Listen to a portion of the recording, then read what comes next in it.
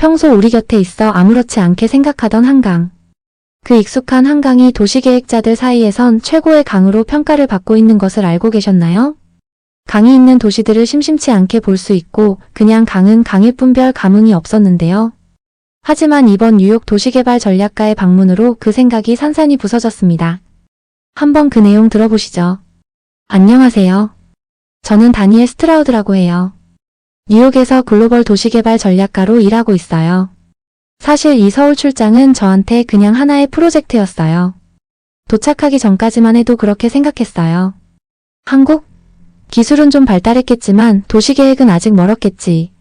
솔직히 그렇게 생각했어요. 그런데요, 인천공항에 내리자마자 저를 덮친 숨막힐 듯한 후끈한 공기에 순간 멈칫했어요. 뉴욕의 부드러운 안개와는 완전히 다른 끈적한 공기였거든요. 그때 속으로 생각했어요. 내가 정말 제대로 온 걸까? 공항은 놀라웠어요. 움직임이 너무 유기적이었고 직원들은 친절했고 공기는 생각보다 쾌적했어요.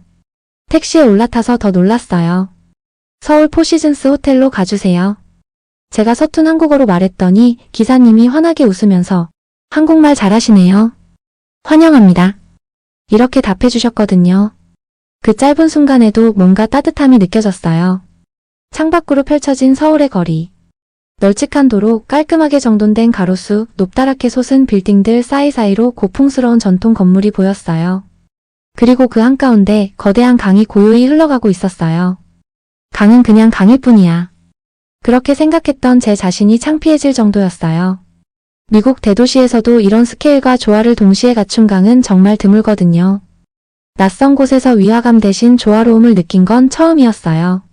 다음 날부터 저는 서울시 도시계획국 본부, 윤혜진 본부장님과 함께 일하게 되었어요. 다니엘님, 서울에 오신 걸 진심으로 환영합니다. 앞으로 1년 동안 함께 멋진 프로젝트 만들어봐요. 처음 회의에서 다룬 주제는 바로 한강이었어요. 정확히 말하면 서울시의 수자원 통합관리 시스템이었어요. 프레젠테이션을 보면서 저도 모르게 몸을 앞으로 기울였어요. 한강의 평균 폭은 약 1km, 다리만 31개, 강변을 따라 80km가 넘는 자전거 도로가 조성돼 있음. 미국 LA 강이 떠올랐어요. 딱딱한 콘크리트로 덮여서 기능만 남은 구조물, 시민들과는 심리적 거리감만 남긴 곳이죠. 그런데 서울의 한강은 달랐어요. 자연과 사람, 도시가 하나처럼 어우러져 있다는 느낌을 받았어요. 며칠 뒤 윤 본부장님이 물었어요. 이번 주말에 시간 괜찮으세요? 여의도 한강공원 같이 가보시죠. 서울을 이해하려면 직접 한강을 느껴봐야 해요. 전 흔쾌히 고개를 끄덕였어요. 그리고 토요일 오후, 여의도 한강공원에 도착했을 때 제 심장은 이상하게 뛰기 시작했어요. 햇살이 부드럽게 내려앉은 강변, 자전거를 타고 달리는 사람들, 잔디밭을 뛰어다니는 아이들, 벤치에 앉아 손을 맞잡은 연인들, 돗자리 위에 앉아 피크닉을 즐기는 가족들. 강변은 단순한 녹지가 아니었어요. 사람들의 삶이 녹아있는 곳이었어요. 자전거를 잠시 멈추고 벤치에 앉았을 때 저는 아주 천천히 아주 깊게 한강을 바라봤어요. 그 순간 깨달았어요. 이 강은 단순한 수로가 아니라는 걸요. 자연과 도시, 사람과 시간이 경계 없이 섞여 흐르고 있다는 걸요. 그리고 제 안에서도 뭔가 아주 작은 변화가 시작되고 있었어요. 토요일 오후 여의도 한강공원. 저는 대여소에서 자전거를 빌렸어요. 강변을 따라 쭉 펼쳐진 자전거 도로를 달리기 시작했어요. 바람이 시원하게 얼굴을 스쳤어요. 어디선가 흘러나오는 버스킹 공연 소리, 잔디밭에서 축구하는 아이들의 웃음소리, 강물 위를 부드럽게 미끄러지는 카약들. 자전거를 타고 달리면서 저는 처음으로 느꼈어요. 아, 이건 그냥 공원이 아니구나. 강변은 사람들이 사는 삶이었어요. 누구나 자유롭게 와서 걷고, 앉고, 쉬고, 웃고, 사랑할 수 있는 그런 공간이었어요. 조금 더 달리다가 벤치에 앉았어요. 햇살이 강 위로 부서지고 있었어요. 아이들은 웃으며 잔디밭을 뛰어다녔고 강변에는 책을 읽는 노부부도 있었어요. 그 모든 풍경이 한 장의 그림처럼 조용히 제 가슴에 들어왔어요. 뉴욕에서는 이런 풍경 본 적 없는데 제가 속으로 중얼거렸어요. 미국 도시들은 강을 통제하려고 했어요. 거대한 콘크리트 벽으로 막고 강을 멀리 두고 위험 요소로만 봤죠. 하지만 서울은 달랐어요. 여기서는 강이 사람들 곁으로 스며들어 있었어요. 자연스럽고 조용하게 그리고 당연하게. 며칠 뒤 윤혜진 본부장님이 저를 찾아왔어요. 다니엘님, 이번 주말에 특별한 곳을 같이 가보시죠. 서울을 제대로 이해하려면 꼭 필요한 경험이니까요. 그렇게 해서 저는 다시 강변을 찾았어요. 이번에는 혼자가 아니었어요. 한강을 오랫동안 찍어온 다큐멘터리 감독 이서영 감독님이 함께였어요. 서영 감독님은 단정한 셔츠 차림에 묵직한 카메라 가방을 둘러매고 있었어요. 눈빛은 깊고 따뜻했어요. 처음 뵙겠습니다. 다니엘님. 서울은 조금 익숙해지셨나요? 조금은요. 그런데 한강은 아직도 놀랍기만 해요. 서영 감독님은 웃으며 고개를 끄덕였어요. 그 놀라움이 계속됐으면 좋겠네요. 오늘 여의도에서 잠실까지 천천히 둘러보죠. 자전거를 타고 강변을 달리며 서영 감독님은 중간중간 멈춰 카메라 셔터를 눌렀어요. 저는 그녀가 바라보는 방향을 따라 시선을 옮겼어요. 강 너머로 이어진 고층 건물들, 그 아래 잔디밭에 누워 햇살을 즐기는 사람들, 그리고 그 사이를 걸어가는 연인들. 서영 감독님이 말했어요. 이 길이 총 80km 정도 돼요. 서울을 거의 한 바퀴 도는 수준이에요. 저는 숨을 죽였어요. 이게 정말 도심 한가운데라니 믿기지 않았어요. 그녀는 어느 지점에서 저를 데리고 전망대에 올랐어요. 여기서 보면 한강의 폭이 더 실감나죠. 이 지점이 약 1.2km예요. 저는 말없이 고개를 끄덕였어요. 숫자보다 눈앞에 펼쳐진 풍경이 더 크게 다가왔어요. 넓은 강. 그 위를 자유롭게 떠다니는 요트들. 강변을 따라 걷는 사람들. 그리고 이 모든 걸 품고 있는 도시. 서울은 강을 경계로 삼지 않았어요. 강을 중심으로 끌어안았어요. 그날 저녁 서영 감독님은 저를 수상 스포츠센터로 데려갔어요. 강 위로 요트가 떠 있었고 강변에는 인공 해변과 체육시설들이 잘 정비돼 있었어요. 특히 놀라웠던 건 대부분의 시설이 무료거나 아주 저렴한 비용으로 이용할 수 있다는 거였어요. 서울은 강을 특정 집단만을 위한 공간으로 두지 않아요. 누구에게나 열린 공간이죠. 저는 물끄러미 강을 바라봤어요. 뉴욕의 허드슨 강은 고급 레스토랑과 상업지구로 둘러싸여 있었어요. 하지만 이곳 한강은 달랐어요. 강이 시민들 속으로 들어와 있었어요. 해가 저물기 시작했어요. 강 너머로 붉은 노을이 번졌어요. 서영 감독님은 그 장면을 조용히 담아냈어요. 저는 조심스럽게 물었어요. 감독님, 왜 이 풍경을 계속 찍으세요? 서영 감독님은 환하게 웃었어요. 사람들이 너무 익숙해서 지나쳐버리는 걸 기억하게 해주고 싶어요. 이건 그냥 강이 아니라 우리 삶 그 자체니까요. 그 말이 가슴 깊은 곳을 건드렸어요. 그날 저는 처음으로 이 강을 그리고 이 도시를 사진이 아니라 제 마음으로 바라보기 시작했어요. 며칠 후였어요. 서울에 장대 같은 비가 쏟아지기 시작했어요. 일기예보에서는 매일같이 집중호우라는 단어가 들려왔어요. 거리에 우산이 가득했고 강변 산책로는 빗물에 젖어 있었어요. 그날 아침 사무실에서 강지훈 실장님이 저를 찾아왔어요. 다니엘님, 오늘 오후 시간 괜찮으세요? 잠수교 상황을 직접 보러 가시죠. 아마 좋은 경험이 되실 겁니다. 저는 조금 긴장했지만 흔쾌히 고개를 끄덕였어요. 점심 무렵 시청 차량을 타고 한강변으로 향했어요. 차창 밖으로 보이는 서울은 예상보다 훨씬 조용했어요. 비가 이렇게 쏟아지는데도 도시가 멈추지 않았어요. 잠수교에 도착했을 때 저는 순간 숨을 삼켰어요. 다리의 절반 이상이 물에 잠겨 있었어요. 차량 통행은 전면 통제됐고 경찰과 공무원들이 침착하게 통제선을 관리하고 있었어요.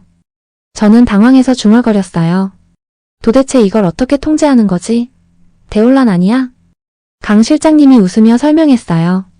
잠수교는 애초에 잠기도록 설계된 다리입니다.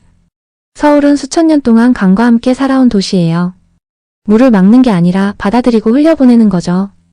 그 말을 들은 저는 한참 동안 말을 잇지 못했어요. 뉴욕에서는 이런 상황이면 이미 지하철 멈추고 도로는 마비되고 도시 전체가 패닉에 빠졌을 거예요.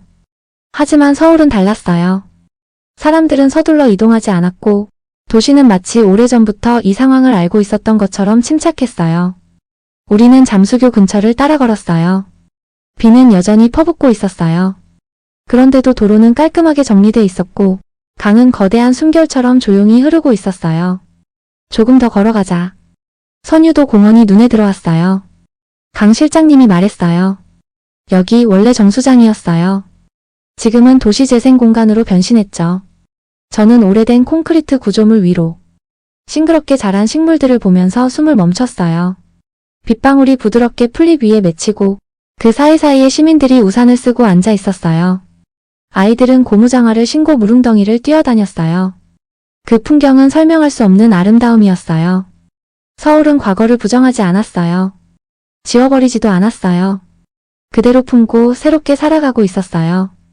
그날 밤 저는 호텔 방 창문을 열고 비가 내리는 한강을 한참 동안 바라봤어요. 낮에 본 잠수교의 풍경이 계속 머릿속을 맴돌았어요. 위기 속에서도 무너지지 않는 도시. 자연을 통제하려 하지 않고 함께 살아가는 도시. 저는 조용히 노트북을 열었어요. 그리고 천천히 타이핑했어요. 강을 통제하는 도시보다 강과 함께 살아가는 도시가 더 강하다. 그 순간 저는 처음으로 깨달았어요. 제가 지금까지 배워온 도시계획, 서구의 방식이 절대 정답이 아닐 수도 있다는 걸요. 며칠째 비가 이어졌어요. 도시를 덮는 비구름 사이로 서울은 여전히 움직이고 있었어요. 도로는 정돈됐고 지하철도 정상 운행됐고 시민들은 평온했어요. 뉴욕이었다면 이 정도 비에 이미 지하철은 멈췄을 거예요. 도시는 혼란에 빠졌을 테고요. 그런데 서울은 정말 이상할 정도로 침착했어요. 어느 수요일 아침 윤혜진 본부장님이 제게 다가왔어요. 다니엘님, 이번 주 한강사업본부에 가보시는 건 어때요? 수위 조절 시스템부터 생태 복원까지 한눈에 볼 수 있어요. 저는 망설이지 않았어요. 오히려 기다리고 있었어요. 네, 부탁드립니다. 한강사업본부는 여의도 근처 강변에 자리 잡고 있었어요. 회의실 문을 열자 저는 숨을 멈췄어요. 벽 전체에 실시간 한강 수위, 수질 지표, 시민 이용 현황 데이터가 촘촘히 표시되고 있었어요. 거대한 생명체의 심장 박동을 보는 것 같았어요. 프레젠테이션이 시작됐어요. 담당 연구원이 말했어요. 1990년대 초 한강 르네상스 프로젝트가 시작됐습니다. 당시 한강은 산업폐수와 생활하수로 심각하게 오염돼 있었죠.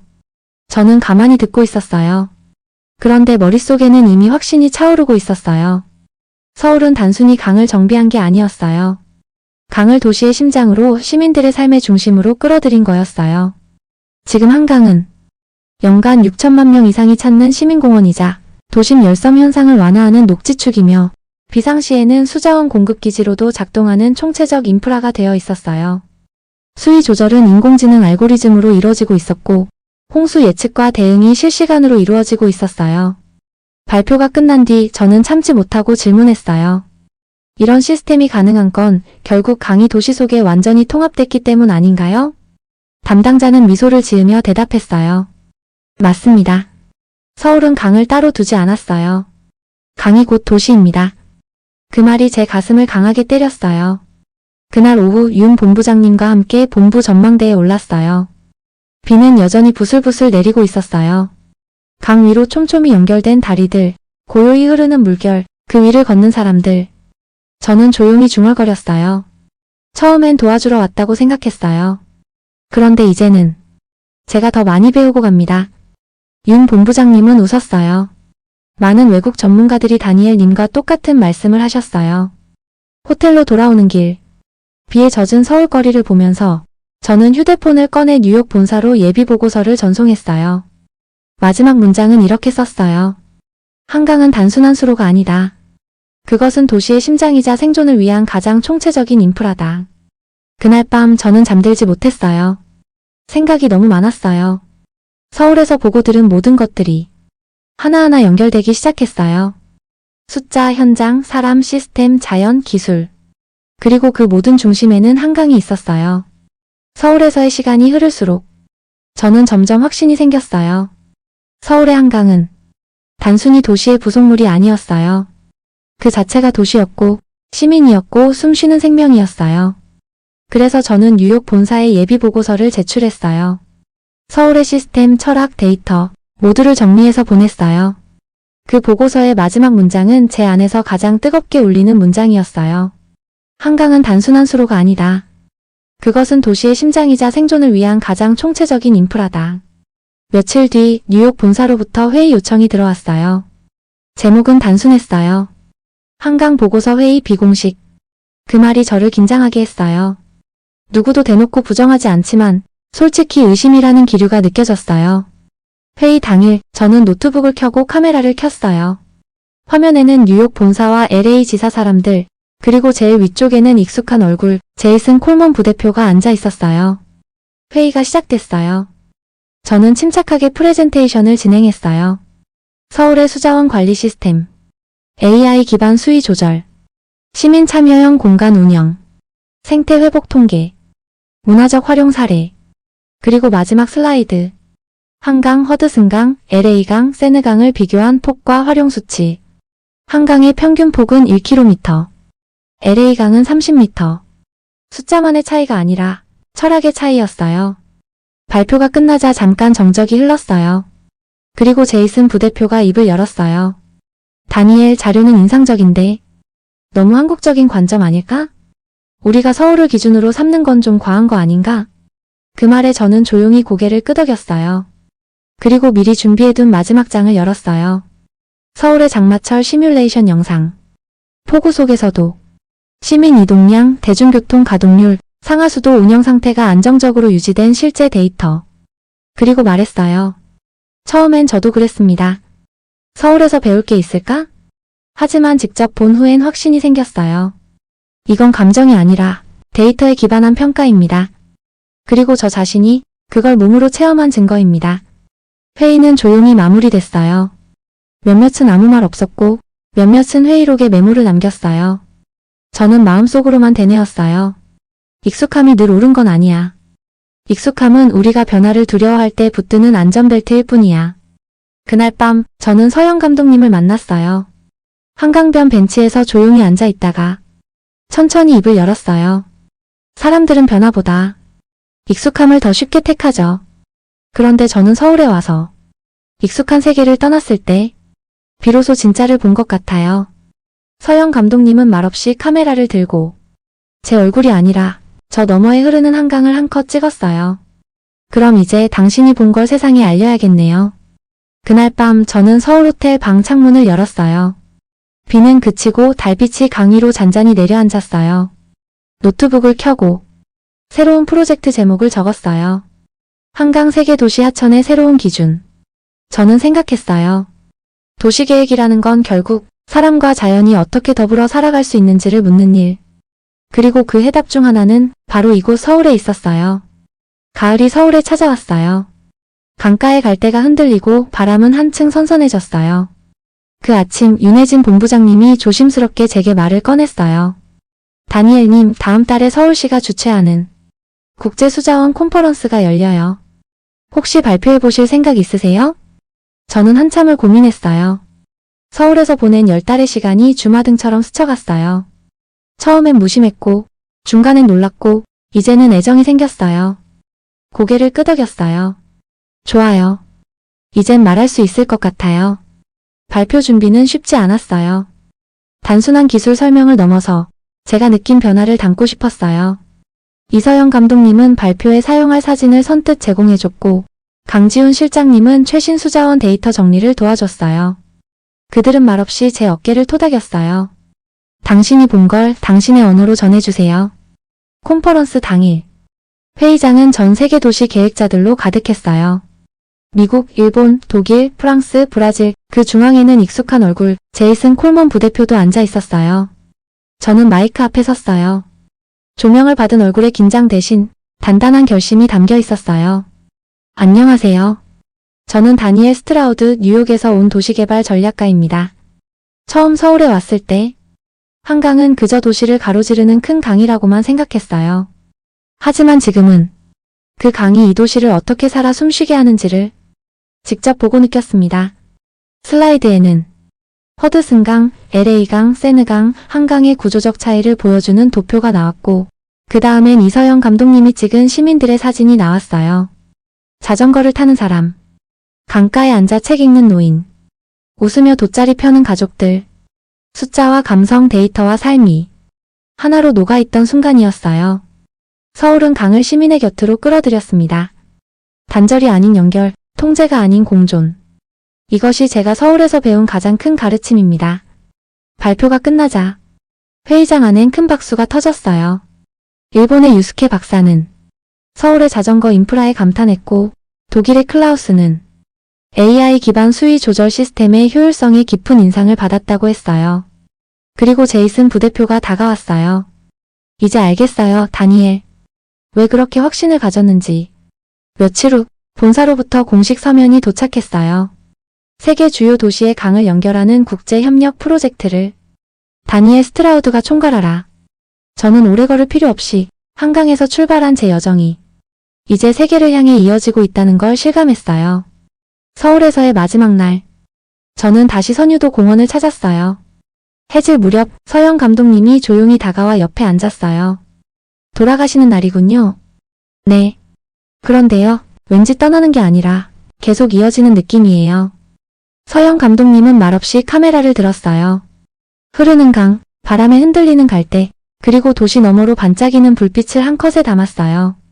비행기 창밖으로 서울의 불빛이 점처럼 멀어졌을 때 저는 마지막으로 노트북을 열었어요. 그리고 새 프로젝트의 제목을 적었습니다. 한강 도시와 인간 공존의 기준. 이야기는 여기서 끝나지 않아요.